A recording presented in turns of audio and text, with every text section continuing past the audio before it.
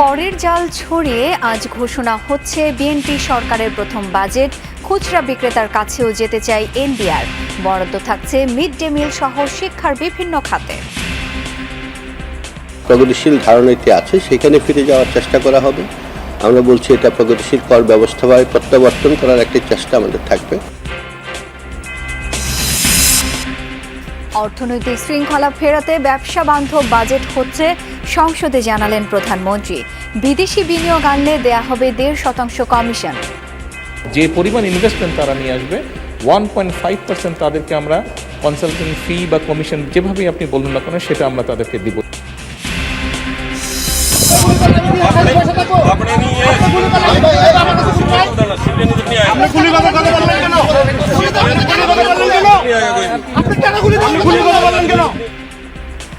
জামালপুরে বিএসএফের পুশিং চেষ্টায় শক্ত অবস্থান বিজিবি সদস্যের।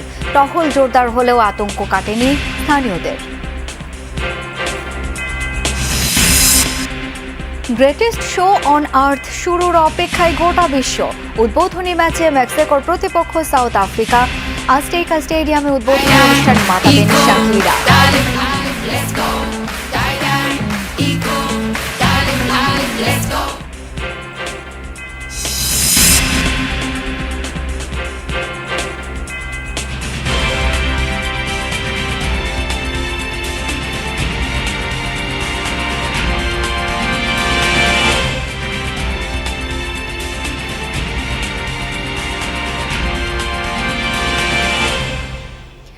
আমন্ত্রণ যমুনা নিউজে, আপনাদের সাথে আছি আমি শাওন দত্ত। এতক্ষণ শিরোনামগুলো দেখছিলেন। জাতীয় সংসদে বৃহস্পতিবার বিকেলে আগামী অর্থ বছরের বাজেট পেশ করবেন অর্থমন্ত্রী আমির খসরু মাহমুদ চৌধুরী। বিএনপি সরকারের প্রথম বাজেট এটি। 9,38,000 কোটি টাকার বাজেট প্রণয়নের পরিকল্পনা করেছে সরকার। যতটুকু সুযোগ ছিল ব্যবহার করা হয়েছে তার সর্বোচ্চটুকু। কর ছাড় যেমন আছে তেমনি কৌশলে ছড়িয়ে দেয়া হয়েছে করজাল। বড় বাজেটের অর্থের চাপ সামাল দিতে রাজস্ব আহরণে শহর থেকে গ্রাম সব দিকেই থাকবে সরকারের চোখ। এনবিআরকে সংগ্রহ করতে হবে 6 লাখ কোটি টাকার বেশি। তবে রাজস্ব আদায়ে অতীত অভিজ্ঞতা সুখকর নয়। বিশ্লেষকরা বলছেন সংস্কার ছাড়া বিশাল রাজস্ব লক্ষ্য অর্জন অসম্ভব। রিমন রহমানের report.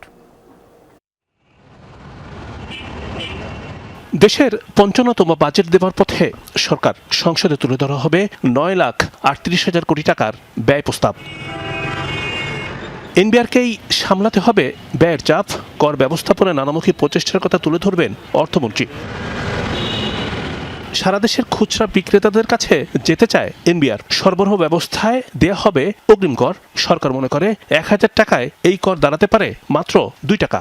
Student no feels account ছাড়া যে কোনো ব্যক্তির ব্যাংক অ্যাকাউন্ট খোলার ক্ষেত্রে লাগবে টিআইএন। ব্যক্তির ব্যাংক অ্যাকাউন্ট, জাতীয় পরিচয়পত্র, ইউটিলিটি সহ সব তথ্য ডাটাবেজে নেবে এনবিআর। অ্যাডভান্স ট্যাক্স হিসাবে একটা সিস্টেম আছে, সেটিকে আমরা অনেক ক্ষেত্রে মিনিমাম ট্যাক্সের আওতায় নিয়ে গেছি। এটি একটি ডেভিয়েশন আমরা মনে করি, সেখান থেকে আমরা বেরিয়ে আসার চেষ্টা করছি। প্রগতিশীল ধারণাটি আছে, সেখানে ফিরে যাওয়ার চেষ্টা করা হবে। আমরা বলছি এটা প্রগতিশীল কর ব্যবস্থায় প্রত্যাবর্তন করার একটি চেষ্টা আমাদের থাকবে। ব্যক্তির করমুক্ত আয় সেবার ক্ষেত্রে নারী, প্রতিবন্ধী, যুদ্ধাহত মুক্তিযোদ্ধা, জুলাই যোদ্ধা এবং তৃতীয় লিঙ্গের ব্যক্তিদের ছাড় দেবে এনবিআর। তবে করমুক্ত আয়সীমায় আগের 1 লাখ টাকার 5% কর দেবার ধাপটি তুলে দেওয়া হচ্ছে। এতে ব্যয়ের চাপে পড়বে মধ্যবিত্ত শ্রেণীর মানুষ। কাস্টমসে অনেকটা ভালো চিত্র আমরা দেখি, কিন্তু ওখানে আবার বেশ কিছু ডিস্টোরশনস আছে। এই যে সাপ্লিমেন্টারি ডিউটি অনেক, এটা সব ক্ষেত্রে সাপ্লিমেন্টারি এত হলে তো হবে না, এটা কমাতে হবে। কোম্পানি, ফার্ম, ট্রাস্ট, ব্যক্তি সংঘের 5 বছরের কর হার ঠিক করেছে NBR. Public traded company, bank, বীমা, আর্থিক প্রতিষ্ঠান, তামাক কোম্পানির আয়কর হবে 22.5 থেকে সর্বোচ্চ 45% পর্যন্ত।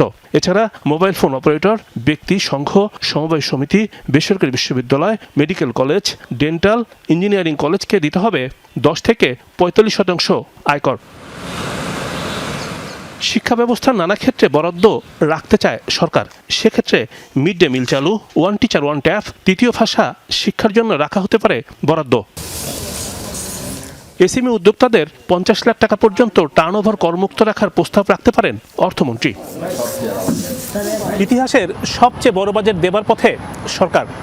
তবে এই বাজেট বাস্তবায়ন করার ক্ষেত্রে সবচেয়ে বড় দুশ্চিন্তার নাম অর্থায়ন। সরকার সারা দেশে করজাল বেছাতে চায় রাজস্ব আহরণের জন্য, কিন্তু বিশ্লেষকদের মত সংস্কার ছাড়া এত বড় রাজস্ব লক্ষ্য অর্জন কঠিন হবে। রিমন রহমান, যমুনা নিউজ, ঢাকা।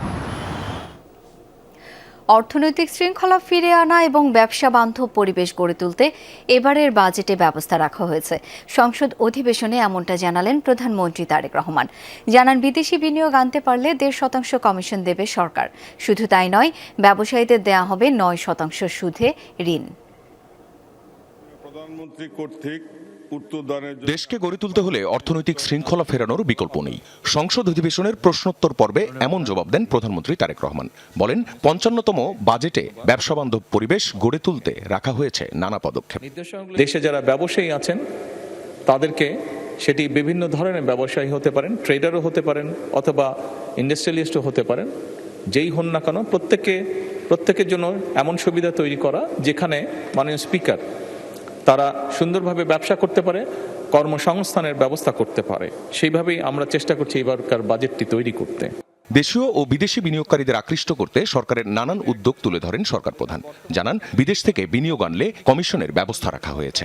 যে পরিমাণ ইনভেস্টমেন্ট তারা নিয়ে আসবে, 1.5% তাদেরকে আমরা কনসালটেন্ট ফি বা কমিশন যেভাবেই আপনি বলুন না কেন সেটা আমরা তাদেরকে দিব, ইনসেন্টিভ তাদেরকে আমরা দিব। বিভিন্ন জায়গায় সরকারের শূন্য পদগুলোয় শিগগিরই নিয়োগ প্রক্রিয়া শুরু হবে, এমনটাও জানান প্রধানমন্ত্রী। বলেন, এরই মধ্যে 5 লাখ সরকারি কর্মচারীর নিয়োগ প্রক্রিয়াধীন। সরকারের বিভিন্ন জায়গায় বিভিন্ন পদ খালি আছে, যেগুলো সরকারকে আরো গতিশীল করার জন্য, একইভাবে দেশের মানুষকে আরো সহজে সুবিধাজনকভাবে সেবা পৌঁছে দেওয়ার জন্য কতগুলো নিয়োগ গুরুত্বপূর্ণ। সরকার অত্যন্ত গুরুত্বের সাথে এই বিষয়টি পর্যালোচনা করছে এবং যত দ্রুত সম্ভব আমরা এই পদগুলোতে নিয়োগ প্রক্রিয়া শুরু করব ইনশাআল্লাহ। সংরক্ষিত নারী সদস্যদের দায়িত্ব দেওয়ার প্রশ্নে সংসদ নেতা বলেন, সরকার দলীয় সদস্যরা নিজ এলাকায় যেভাবে উন্নয়ন কাজ করবেন, বিরোধী দলের সদস্যরাও পাবেন সম সুযোগ ও বরাদ্দ। আপনার নির্বাচনী এলাকায় একজন জনপ্রতিনিধি হিসাবে আপনার সম্পূর্ণ হক আছে যে আপনি আপনার এলাকার নির্বাচন উন্নয়নের ব্যাপারে কিভাবে ভূমিকা রাখতে চান। যেহেতু এই সংসদ এই নারী নেতৃবৃন্দকে বা নারী সংসদ সদস্যদেরকে নির্বাচিত করেছে, খুব স্বাভাবিকভাবেই তাদেরও একই রকমভাবে হক আছে। সংসদকে প্রধানমন্ত্রী জানান, প্রশাসনে জবাবদিহিতা নিশ্চিতে প্রয়োজনীয় সব উদ্যোগ গ্রহণ করতে চায় সরকার। তাছাড়া প্রশাসনিক দপ্তরে সাধারণ মানুষকে হয়রানিমুক্ত সেবা প্রদানেও দেয়া হয়েছে কঠোর নির্দেশনা। জানান, জনগণের নিরাপত্তা নিশ্চিতে আইন শৃঙ্খলা পরিস্থিতি নিয়ন্ত্রণে আনতেও তৎপর সরকার। সরকার জনগণের কাছে জবাবদিহি করতে বাধ্য। আখলাকুস সাফা, যমুনা নিউজ, ঢাকা। জামালপুর ও সাতক্ষীরা সীমান্তে বিএসএফের পুশিনের চেষ্টা অব্যাহত, তবে তা প্রতিরোধ করেছে বিজিবি।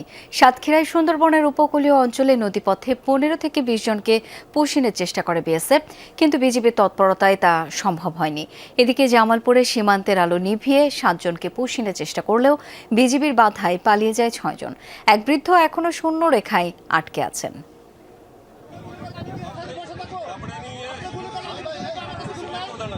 সীমান্তে পুশিনকে কেন্দ্র করে বিএসএফের সাথে বিজিবির উত্তপ্ত বাক্য বিনিময়।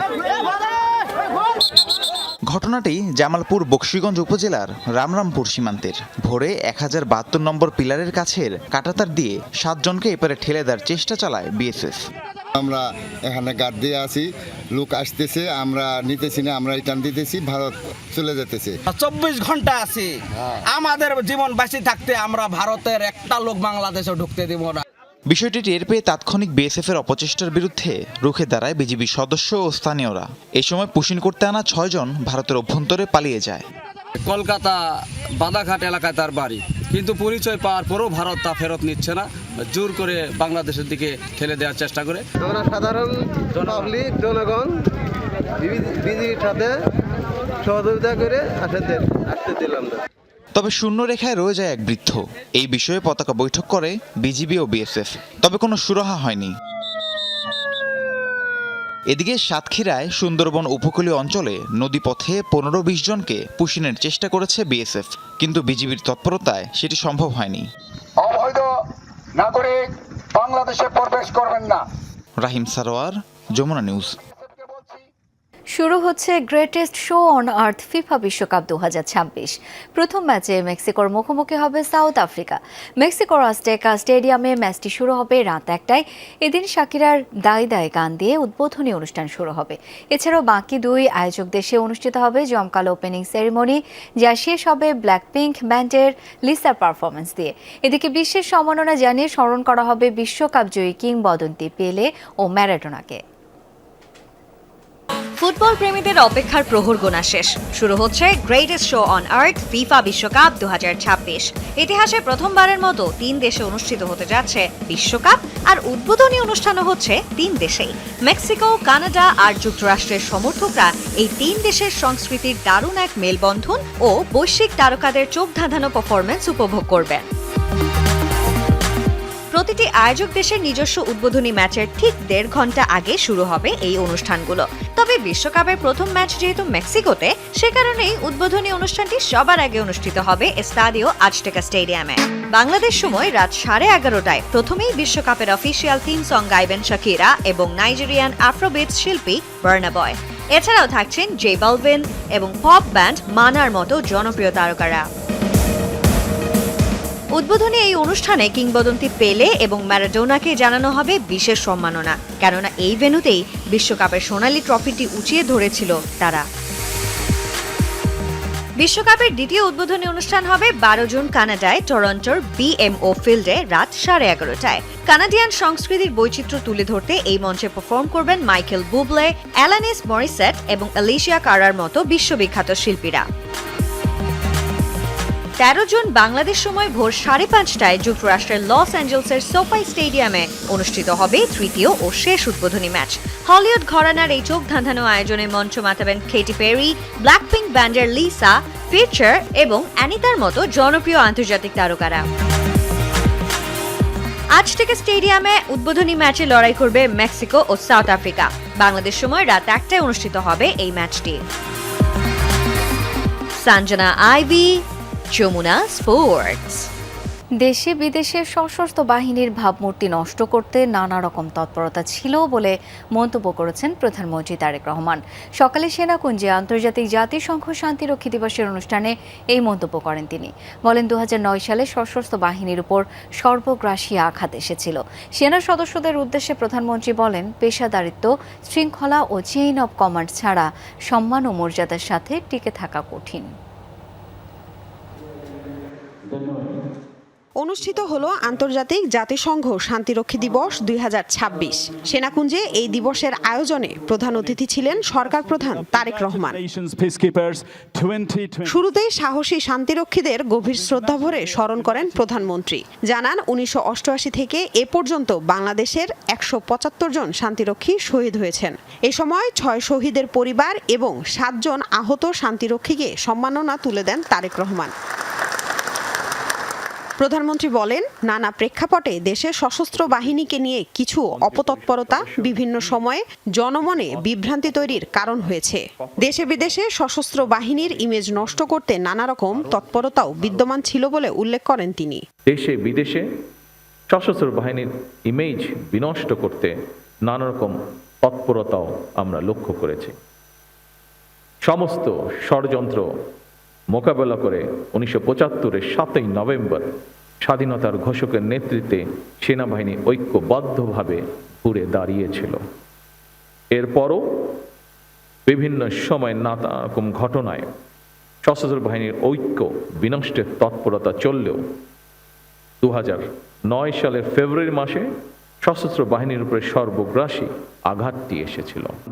সরকার প্রধান বলেন, অতীত থেকে শিক্ষা নিয়ে ফ্যাসিবাদ মুক্ত বাংলাদেশে প্রতিটি রাষ্ট্রীয় ও সাংবিধানিক প্রতিষ্ঠানের সামনে স্বমহিমায় নিজেদের প্রতিষ্ঠিত করার সুযোগ এসেছে।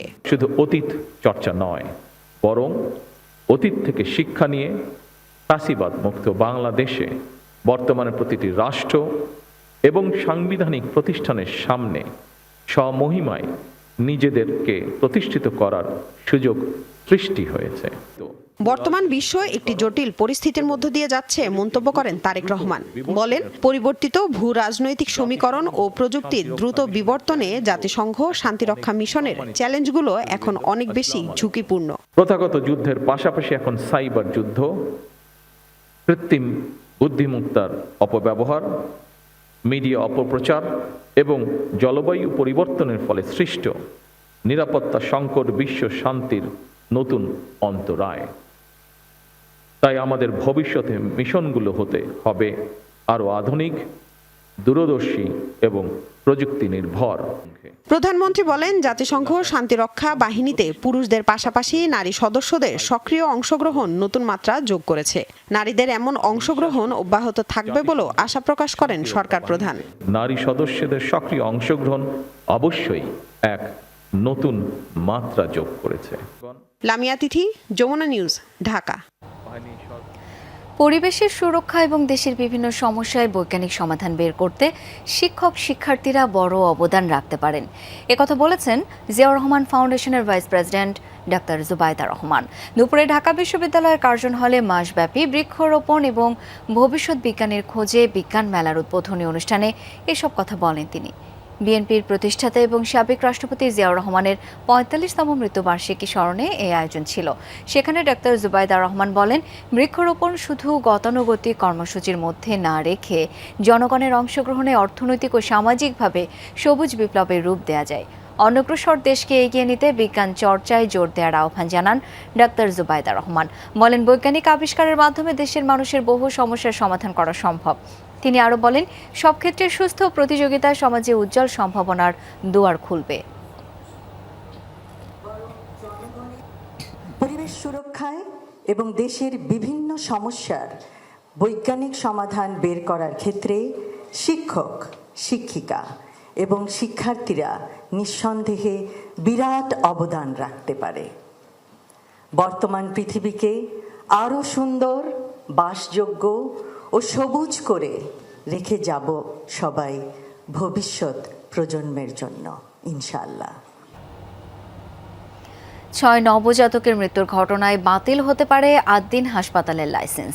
চূড়ান্ত সিদ্ধান্ত জানা যাবে বৃহস্পতিবার। আজ এই নিয়ে স্পষ্ট কিছু বলতে চাননি স্বাস্থ্যমন্ত্রী।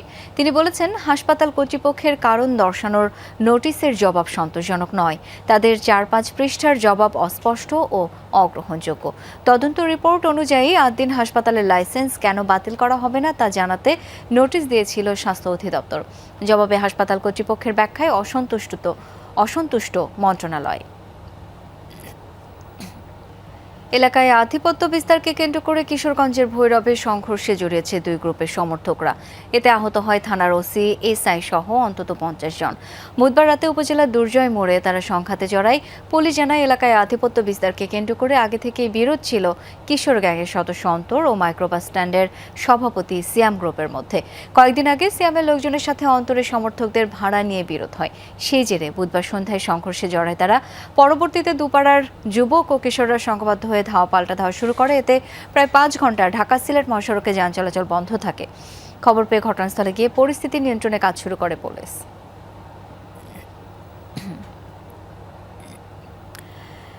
রংপুরে এইচবিসি ডেভেলপমেন্ট লিমিটেড নামের একটি বেসরকারি প্রতিষ্ঠানের কর্মকর্তারা পালিয়ে যাওয়ার প্রস্তুতি নিচ্ছে এমন আশঙ্কায় তাদের অফিস ঘেরাও করেছে গ্রাহকরা। বুধবার গভীর রাতে নগরীর মাহিগঞ্জ কলেজ রোড এলাকায় প্রতিষ্ঠানটির অফিস ঘেরাও করে গ্রাহকরা। অভিযোগ, ২১ দিনের মধ্যে ডাবল ঋণ দেওয়ার প্রতিশ্রুতি দিয়ে কোটি কোটি টাকা আমানত সংগ্রহ করে প্রতিষ্ঠানটি। সন্ধ্যায় আবু তাহের নামের এক গ্রাহক ১ লাখ টাকা দিয়ে দ্বিগুণ টাকা ঋণ না পাওয়ায় বিষয়টি জানতে চান তিনি। এ সময় তাকে আটকে রাখার অভিযোগ ওঠে। পরবর্তীতে রাতের আধারে অফিস ফেলে কর্মকর্তাদের চলে যাওয়ার খবর ছড়িয়ে পড়লে অফিস ঘেরাও করে শত শত আমানতকারী। পরিস্থিতি সামাল দিতে মোতায়েন করা হয়েছে অতিরিক্ত পুলিশ। মুনাফা দেওয়ার আশ্বাস দিয়ে ওরা গ্রাহক সংগ্রহ করে এবং গ্রাহক সংগ্রহ করে প্রতারণার শিকার হয়। তো এর ক্ষেত্রেও আসলে জনগণকে একটু সচেতন হওয়া উচিত। আর এই ছিল যমুনা নিউজে। ধন্যবাদ এতক্ষণ সাথে থাকার জন্য।